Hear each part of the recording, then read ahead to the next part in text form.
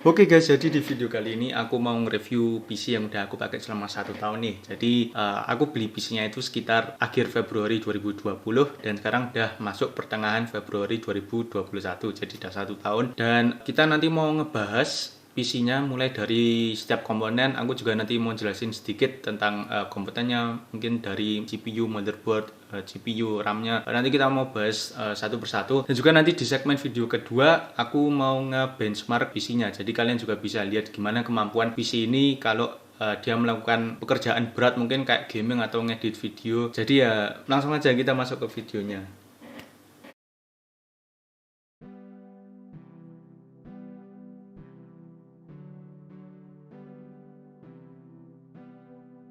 Jadi PC yang mau aku nge-review ini adalah PC rakitan. Jadi sistemnya bukan pre-build atau bukan yang udah di toko lalu aku ambil, tapi ini beneran dari nol. Jadi per komponennya aku nyari gitu terus dirakit. Nah, untuk proses ngerakitnya sayangnya aku nggak ngerekam, tapi ngerakitnya juga bukan aku sih. Jadi di tokonya itu pas aku udah milih semua komponennya, aku minta bantuan ke mas-mas yang di toko itu sekalian minta dirakitin, dijadiin gitu. Terus ini untuk budgetnya sendiri sekitar 20-an juta, itu udah termasuk semua bagian komputernya, termasuk monitor dan juga nanti ada keyboard, mouse dan speakernya itu juga ada termasuk dalam 20 jutanya. Jadi ya mungkin itu aja sih yang bisa aku tambahin. Oh ya, nih sebelum kita mulai ada juga satu hal yang mau aku nyampein, yaitu di tokonya itu jadi komponennya kurang lengkap. Jadi kalau misalnya nanti ada pertanyaan, bang kenapa nggak pakai ini, kenapa nggak pakai itu, kenapa makainya yang ini padahal yang lebih bagus, aku cuma mau bilang kalau pas itu tokonya lagi nggak lengkap. Dan juga kalau pesan online juga kayaknya bakalan kelamaan ya, karena juga kan pas itu awal-awal pandemi, jadi ya harap maklumi aja. Oke, mulai dari motherboardnya. Jadi untuk motherboard aku milihnya MSI Mark B365M Mortar.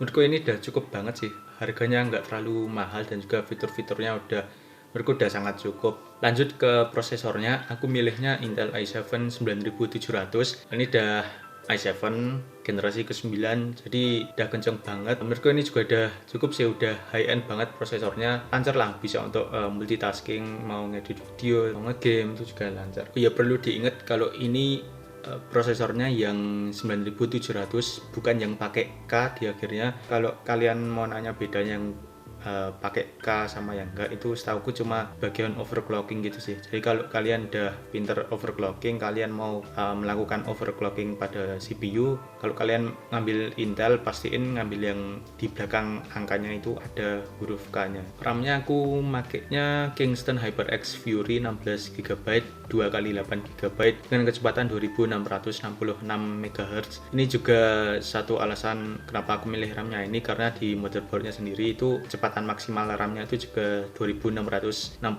jadi ya udah dipakai semaksimal mungkin lah RAM-nya. Oke, lanjut. Jadi untuk GPU-nya, bagian yang mungkin kalian paling tunggu, aku makainya MSI GeForce RTX 2060 Super yang versi Ventus GPOC. Jadi yang versi ini tuh dari pabrikannya MSI udah di overclock gitu sih, jadi performanya lebih tinggi. Dan juga ini udah pakai 8GB GDDR6. Ini menurutku udah lebih dari cukup untuk ngelibas semua game di resolusi 1080 60 fps. Oke, jadi untuk storage-nya aku ada dua. Yang pertama untuk SSD aku pakainya M2 NVMe 256GB Adata SX 8200 Pro 2280.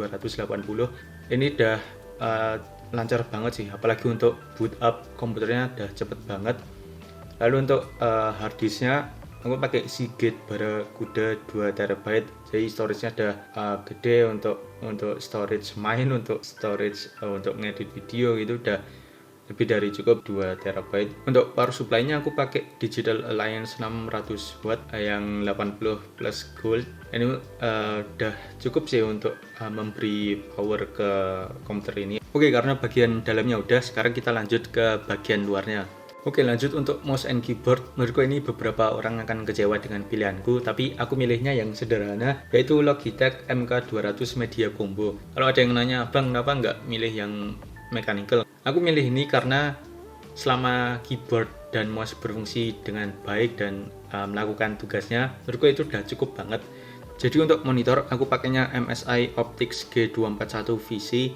Untuk ukurannya ini sendiri 24 inci dan ini juga ada curve. Jadi monitornya ada melengkung gitu. Menurutku sudut pandangnya juga udah enak gitu sih untuk dipandang, dan juga ukurannya udah gede, luas, enak. Kurang apa lagi tuh? Nah, terakhir untuk casingnya aku pakainya Paradox Gaming Kushinada G08.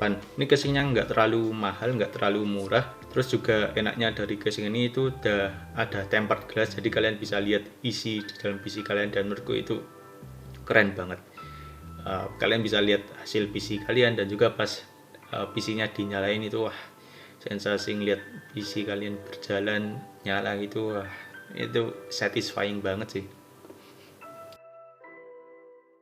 Oke, jadi itu aja komponennya, udah aku jelasin dikit-dikit ya tadi, sambil kalian bisa lihat gambarnya juga tadi udah di apa sih namanya, udah di slideshow. Untuk selanjutnya kita akan melakukan benchmark, jadi langsung aja kita menuju komputernya, kita nyalain, terus kita langsung aja melakukan benchmark. Jadi langsung aja. Yang pertama adalah superposition benchmark. Untuk settingannya bisa kalian lihat sendiri. Mode performance dengan preset 1080 high.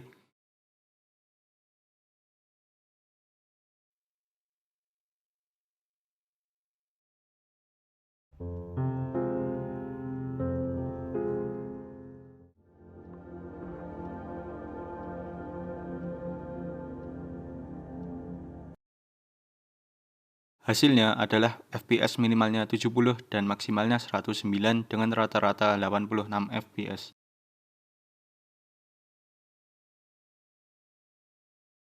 Yang kedua adalah 3D Mark. Benchmark ini memang populer dan sering digunakan banyak orang. Tidak ada preset karena benchmark ini lebih mengarah ke stress test, atau bagaimana komputer kita menghandle dalam kondisi full load.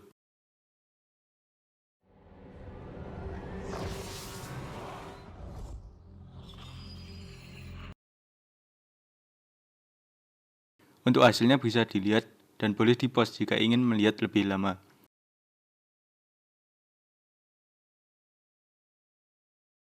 Bisa dilihat juga bahwa prosesor konsisten berada di kecepatan 4,4 GHz selama benchmark berlangsung. Dan GPU load-nya berada di 98%. Jadi benchmark ini benar-benar mendorong komputer kita sampai batasnya. Selanjutnya, kita melakukan benchmark di dalam game Tom Clancy's Rainbow Six Siege atau biasa disebut R6S. Untuk tesnya, kita menggunakan setting ultra di resolusi 1920x1080.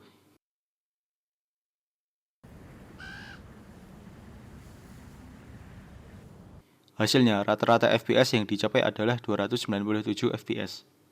Menurutku sih, 297 FPS sudah lebih dari cukup.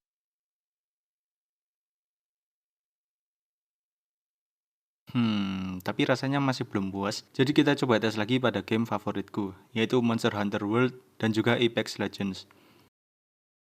Kita menggunakan setting max dan tetap pada resolusi 1920x1080 dengan VSync on.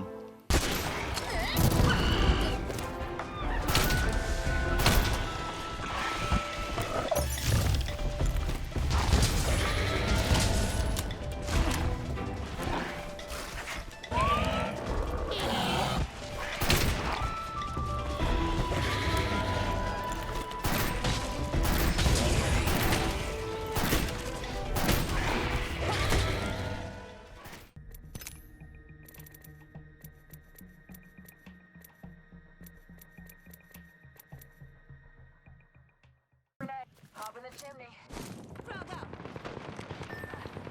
Aduh,